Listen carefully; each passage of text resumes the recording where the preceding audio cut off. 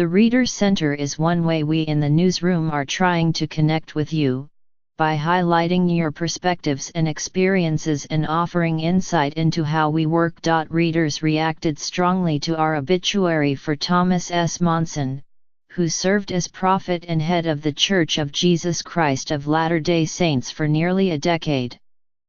In hundreds of messages to the New York Times and dozens of comments on the obituary, readers, including many Mormons, wrote that the obituary focused too narrowly on the politics and controversies of the Mormon Church and overlooked Mr. Monson's contributions to the community. Here are some of their comments, which have been lightly edited for length and clarity. We drew questions from readers' feedback, and William MacDonald, our obituaries editor, responded to them. Many readers have pointed out that much of the obituary focused largely on the Mormon Church's controversial and politically divisive issues. They say Mr. Monson's life included strong community and humanitarian work as the leader of a large religious following and wish the obit had reflected more of that. How do you respond to those readers? I think the obituary was a faithful accounting of the more prominent issues that Mr. Monson encountered and dealt with publicly during his tenure. Some of these matters: the role of women in the Church, the Church's policy toward homosexuality and same-sex marriage, and more were widely publicized and discussed, and it's our obligation as journalists, whether in an obituary or elsewhere, to fully air these issues from both sides. I think we did that, accurately portraying Mr. Monson's positions as leader of the Church, and those of the faithful and others who questioned Church policies. I think we also gave due credit to Mr. Monson's achievements, his openness to new work by scholars of the Church, allowing them, as we said, remarkable access to Church records, his expansion of the Church's global missionary force and his doubling the number of young women in the missionary ranks, and his embracing humanitarian causes, often in collaboration with Jewish, Muslim and other Christian groups. But I also acknowledge that many of those who found the obituary wanting feel we did not provide a more rounded view of Mr. Monson, perhaps his more human side. I'll concede that what we portrayed was the public man, not the private one, or the one known to his most ardent admirers. In 2020's hindsight, we might have paid more attention to the high regard with which he was held within the Church. I think by his very position in the Church, all that was implied. But perhaps we should have stated it more plainly. Still, on balance, I think the obituary makes clear that he was a man of strong faith and convictions, who stood by them even in the face of detractors, while finding ways to move the Church forward. In general, when publishing an obituary, how do you decide which points from a person's life to highlight? The general rule of thumb is that if someone made news of some sort during his or her lifetime, then his or her death is probably newsworthy. 2. So we have to look at the points that defined an individual in the public mind, whatever made that person known to the wider public, achieving a scientific breakthrough, attaining political power, winning an Oscar, hitting a home run to win a World Series. I would also add that when dealing with people in positions of power, whether as the head of a country, a corporation, or a church, controversy comes with the territory, and to a large extent controversy, points of friction of some sort, is what makes news. A quiet day in the West Wing is not news, a president's clash with the Senate Majority Leader is. So an obituary which in many respects retells the news of yesteryear is going to recall controversies, as it should. We don't stop there, of course.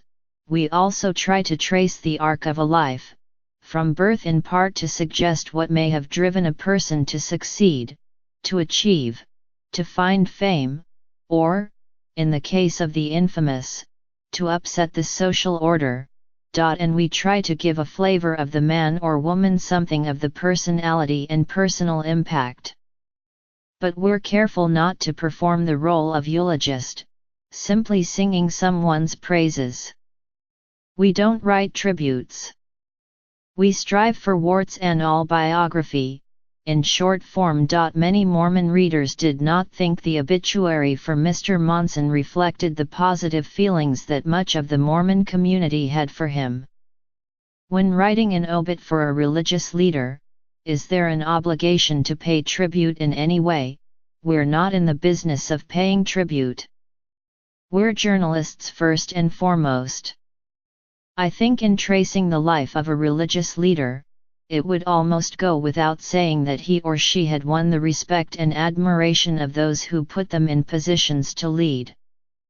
But we may well quote someone explaining that respect or admiration, if it would offer something substantive to readers' understanding of an individual. In other words, we're not going to quote someone saying simply, "Mr. Smith was a wonderful person." But we will quote someone saying why he was. In Mr. Monson's obit, for example, we reached out to a scholar of the church, Richard Lyman Bushman, to shed light on President Monson's move to lower the age under which women could be eligible for missionary work. We wrote, "It changed the whole view of what women would do, that they would go just like the men," Professor Bushman said. There was a great surge of readiness. It changed their mentality. The Times has a large, far-reaching, and varied readership.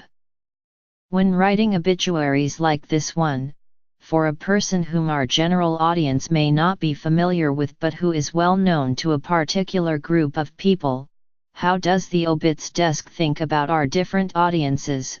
We do think about particular audiences. We understand that those audiences will be the ones that scrutinize our work most closely. If we make a factual error in an obit about a physicist, say, we'll probably hear about it from colleagues in the field, and then correct the error. We also understand that these audiences will be more sensitive than most to how we portray someone known to them. Some may have an agenda of some kind, wanting us to portray someone as they want that person to be remembered, perhaps in a light that best serves their interests. We can't bend to that, of course. We have to let the facts of the life paint the picture. In my experience, when we do that fairly and accurately, there are few complaints. With obituaries for important religious figures, do we ask people with deep knowledge of the religion to review the pieces before publication? Do you have a sense of how many active members of the Mormon community were interviewed for this obit? When writing the Monson obituary, we reached out to church representatives and scholars of the church and the Times's chief religion correspondent. Why do we refer to President Monson as Mr. in the obit rather than by his title in the Mormon Church, President? Some readers took offense to this. No disrespect was intended.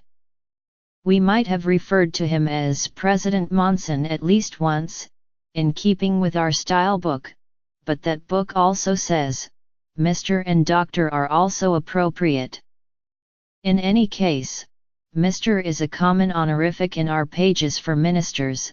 We're obliged to say Mr. Jones on second reference, not Reverend Jones, and even presidents of the United States. You'll find plenty of Mr. Trump's in our pages. Incidentally, I noticed that the Deseret News in Utah used President on each reference to Mr. Monson, but that the Salt Lake Tribune, like almost every other American publication, dispensed with any honorific altogether.